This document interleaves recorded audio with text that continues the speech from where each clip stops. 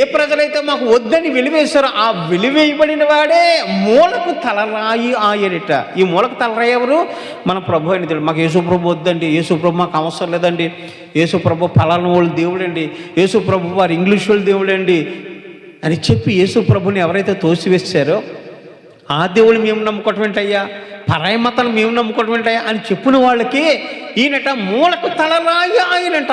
ఆయనే వీళ్ళకి ఆధారం, ఆయనే దయ కలిగిన దేవుడు అంటే ఎంత దయ చూపించాడు వారి మీద. అవునండి, నువ్వు కొట్టబడిన వేళ, నెట్టబడిన వేళ, కొన ఊపిరితో ఉన్నప్పుడు, జీవోత్సవంలా మారినప్పుడు, చావడానికి సిద్ధంగా ఉన్నప్పుడు యేసు ప్రభువే నీకు ఆశ్రయ దుర్గము. జ్ఞాపకం పెట్టుకోవాలి, ఆయనే నేను ఆదరించేవాడు, దయాళుడు. నిజంగా నువ్వు యేసు ప్రభువుని నమ్మితే నీ జీవితంలో ఒక అద్భుతాన్ని చేయబోతాను, నేను ఆదరించడానికి సిద్ధంగా ఉన్నాడు. మంచితనము, దేవునికి స్తోత్రం. యేసు ప్రభులాగా మంచితనం చూపించిన వ్యక్తి ఎవరైనా భూమి మీద ఉన్నారా? ఎవరూ లేరండి. ఎవరైనా చూపించారు మంచితనం మన పట్ల? చూపించలేదండి. ఎంతో మంచితనం చూపించాడు మన మీద.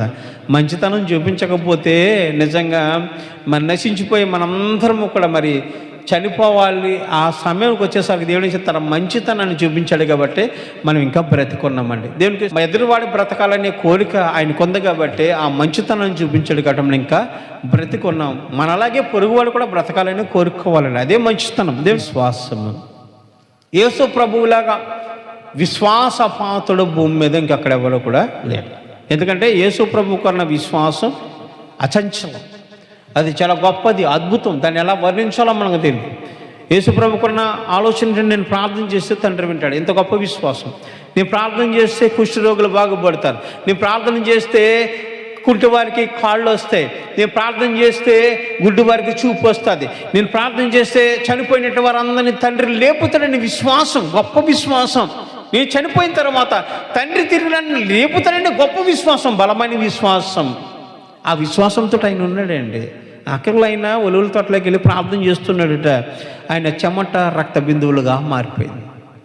ఎంత బలమైన ప్రార్థన చేశాడు, విశ్వాసంతో ప్రార్థన చేశాడు. ఆయన నేను చనిపోయిన తర్వాత నన్ను జ్ఞాపకం చేసుకోమని ప్రార్థన చేస్తున్నప్పుడు ఆయన ప్రార్థనలు యాచనలు సమర్పించినందున, శరీరధారిగా ఉన్న దినములలో ఆయన ప్రార్థనలు యాచనలు సమర్పించినందున ఆయనను అంగీకరించబడిన, ఆయన ప్రార్థన అంగీకరించబడ్డది. భూమి మీద ఉన్నంతసేపు మనము శరీరంతో ఉంటాం కదండి, ఉంటామండి. మా దేవునికి స్తోత్రం.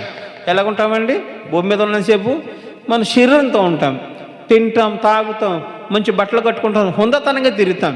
హుందాతనంగా తిరగడమే కాదండి, దీంట్లో ప్రార్థన అంశం అనేది కూడా ఉంది. మనం బ్రతుకులకు దేవుడు కూడా అవసరం.